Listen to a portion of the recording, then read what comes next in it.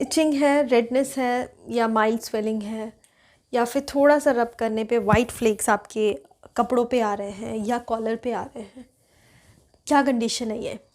Dandruff. Yes, dandruff एक ऐसा condition है जो हम सारे लोग लाइफ में इसे फेस करते ही करते हैं और हर साल करते होंगे। किसी को आता है और जाता है, पता नहीं चलता है, किसी किसी को लंबे टाइम तक रहता है और वो परेशान हो जाता है।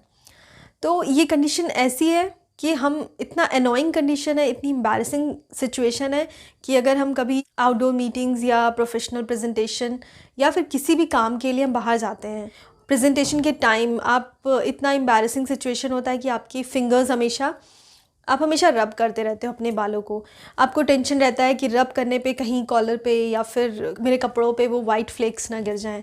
तो ये बहुत ही एम्बैरेसिंग सिचुएशन होता है। सो फ्रेंड्स, आज मैं इस वीडियो में डैंड्रफ के बारे में डिस्कस करूँगी, बट उसके पहले अगर आपने मेरे चैनल को सब्सक्राइब नहीं किया है तो प्लीज़ मेरे चैनल को सब्सक्राइब कर लें। Hello friends, this is doctor Preeti Singh और आज हम जानेंगे कि what is dandruff, types of dandruff और डैंड्रफ होने के रीज़न क्या है, या फिर हम इसे फंगल इन्फेक्शन बोल सकते हैं। It is mild fungal infection. There is one fungus malassezia furfur जो हम सब लोगों के स्कैल्प में प्रेजेंट होता है, बॉडी में होता है, स्किन में होता है वो, और जिसकी वजह से डैंड्रफ होता है। डैंड्रफ ज़्यादातर होता कहाँ है? आपने देखा होगा कि डैंड्रफ ज़्यादातर हमारे स्कैल्प में सबसे ज़्यादा होता है, बट जहाँ जहाँ पे भी हेयर ग्रोथ है, जहाँ पे भी हमारे बाल प्रेजेंट हैं, वहाँ पे डैंड्रफ के चांसेस ज़्यादा होते हैं। And what is dandruff? Dandruff, it is a common scalp condition in which small pieces of dry skin flake off the scalp. Dandruff होता कैसे है? डैंड्रफ में क्या होता है, जो मैलासीजिया, जो हमारे ऑयल ग्लैंड जहाँ पे भी हैं, मतलब जो अगर हमारा बॉडी नॉर्मल ऑयल प्रोडक्शन कर रहा है, नॉर्मली जो ऑयल प्रोड्यूस होता है उसकी वजह से हमारी स्किन में एक अलग सी शाइन, एक अलग सा ग्लो दिखता है। बट वहीं पे जब ऑयल का प्रोडक्शन बहुत ज़्यादा होने लगता है तो वो क्या करता है, जो ऑयल का प्रोडक्शन होता है वो हमारे फेस या स्कैल्प में ओपन पोर्स के थ्रू या पिलो सेबेसियस ट्रैक्ट के थ्रू बाहर आता है। हमारे स्कैल्प में केराटिन सेल, स्किन सेल्स और डेड सेल प्रेजेंट होते हैं बालों पे, आई मीन स्कैल्प पे।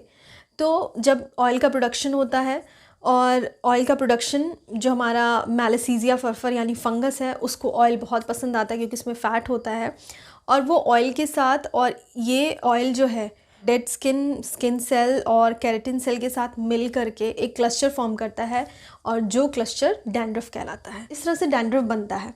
तो मैलासीजिया फरफर ये एसिडिक नेचर में होता है, और जो ये हमारा ऑयल का प्रोडक्शन होता है और ये जो सारे डेड स्किन होते हैं वो भी ऑयली होते हैं, जिसकी वजह से जब ज़्यादा ऑयल का प्रोडक्शन होता है और हमारा फंगस और ज़्यादा डैंड्रफ बनाता है। तो ये सारी कंडीशन है कि कैसे होता है, डैंड्रफ होता क्यों है। एग्जैक्ट रीज़न अभी तक पता नहीं है कि क्या एग्जैक्ट रीज़न क्या होता है, बट जो भी स्टडीज़ की गई हैं या जो हमारे रिसर्च हुए हैं उस बेसिस पे इसके कई सारे रीज़न हैं। सबसे पहले इसका रीज़न जो है वो स्ट्रेस है। अगर आपको थोड़ा बहुत डैंड्रफ होता है और आप बहुत ज़्यादा स्ट्रेस ले रहे हो तो ये इट मे गेट वर्स इन, तो ये बहुत ज़्यादा बुरा हो सकता है। सेकेंड रीज़न है आपका पुअर हाइजीन। आप अपने बालों को अच्छे से धुलते नहीं हो, फ्रीक्वेंट ट्रैवलर हो और ट्रैवलिंग करने के बाद आके आपने तब भी सफाई नहीं की अपने बालों की, तो पुअर हाइजीन सेकेंड रीज़न है। पुअर हाइजीन, अगर आप अपने बालों को सही से वॉश नहीं करते हो, ये भी एक रीज़न है डैंड्रफ होने का।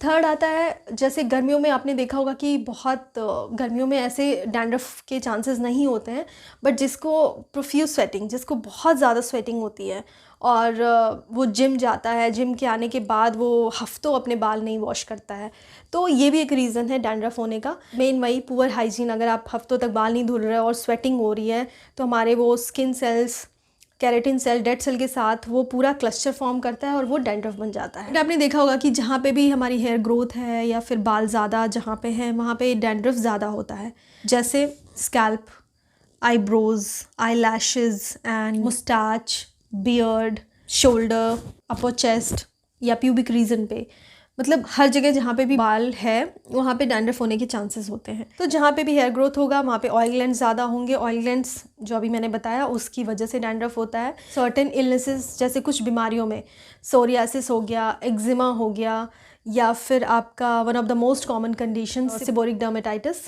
उसमें आपको डैंड्रफ देखने को मिलता है। इसके सिम्टम्स क्या है? सिम्टम्स आपको सबको पता है कि वाइट फ्लेक्स बालों में दिखते हैं। ये कैसे होते हैं? कुछ लोगों के बालों में एकदम यूँ आप ओपन करके देखोगे तो वो ऊपर से ही दिखेंगे, और कुछ लोग जब हल्का सा रब करते हैं, रब करने के बाद उनके नेल बेड पे वो देखते हैं कि वहाँ पे भी वाइट कलर का वाइट फ्लेक्स डिपॉजिट हो जाता है।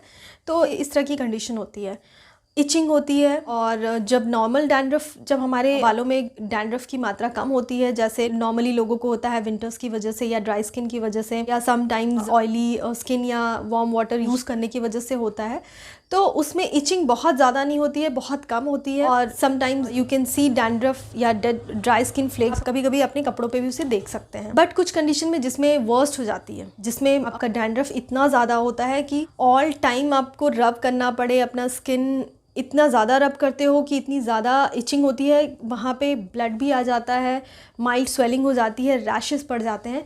उस कंडीशन में आपको डॉक्टर को विजिट करना पड़ता है। उस कंडीशन में हम घर पे रह के उसे कंट्रोल नहीं कर सकते हैं, क्योंकि उसके अंडरलाइन कॉज क्या है वो आपको डॉक्टर ही बताएगा, वो वही डॉक्टर ही रूल आउट करेगा। तो बेटर होगा कि जब भी आपका डैंड्रफ किसी सर्टेन किसी स्पेसिफिक मंथ में ना होकर और बहुत लंबे टाइम तक रह रहा है और ये सारे सिम्टम्स आप देख रहे हो, तो प्लीज़ आप अपने डॉक्टर को विजिट करो। नेक्स्ट आता है कि आपके टाइप्स, कि कितने तरह का डैंड्रफ होता है।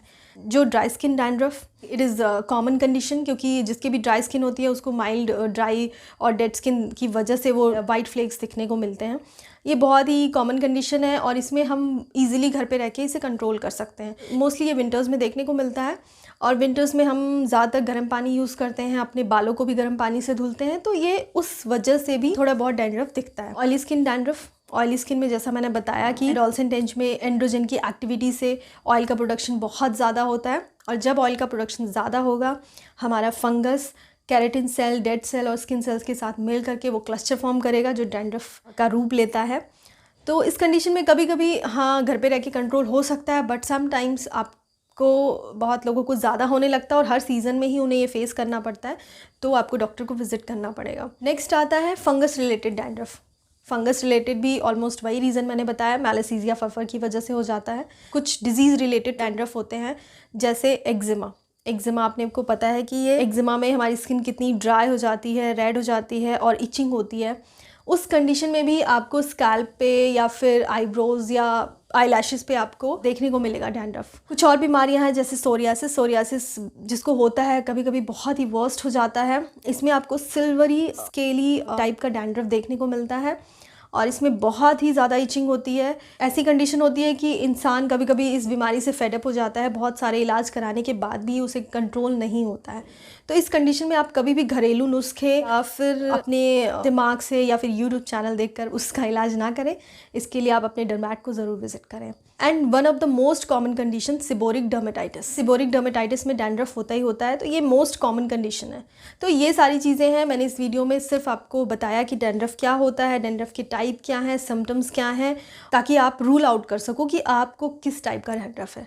जब तक आप रूल आउट नहीं करोगे, आप घर पे ही रह के कभी दही लगाओगे, कभी नींबू लगाओगे या फिर कुछ एंटी डैंड्रफ शैम्पूज़ लेकर आओगे, तो सबसे पहले आपको पता होना चाहिए कि किस तरह का डैंड्रफ है, आप घर पे रह के उसे सही कर सकते हैं या नहीं। तो नेक्स्ट में मैं डिटेल में बताऊंगी कि डैंड्रफ का माइल्ड अगर डैंड्रफ है तो हमारा क्या ट्रीटमेंट होगा, वर्स्ट कंडीशन में हमें क्या करना चाहिए। तो उसे देखने के लिए आप प्लीज़ मेरे बेल आइकन पे जाके उसे क्लिक करें, ताकि जैसे ही मैं वो वीडियो बनाऊँ आपको अपडेट मिलता रहे। तब तक आप प्लीज़ रूल आउट करो कि किस तरह का डैंड्रफ है और मेरे नेक्स्ट वीडियो का वेट करो। Good bye, thank you.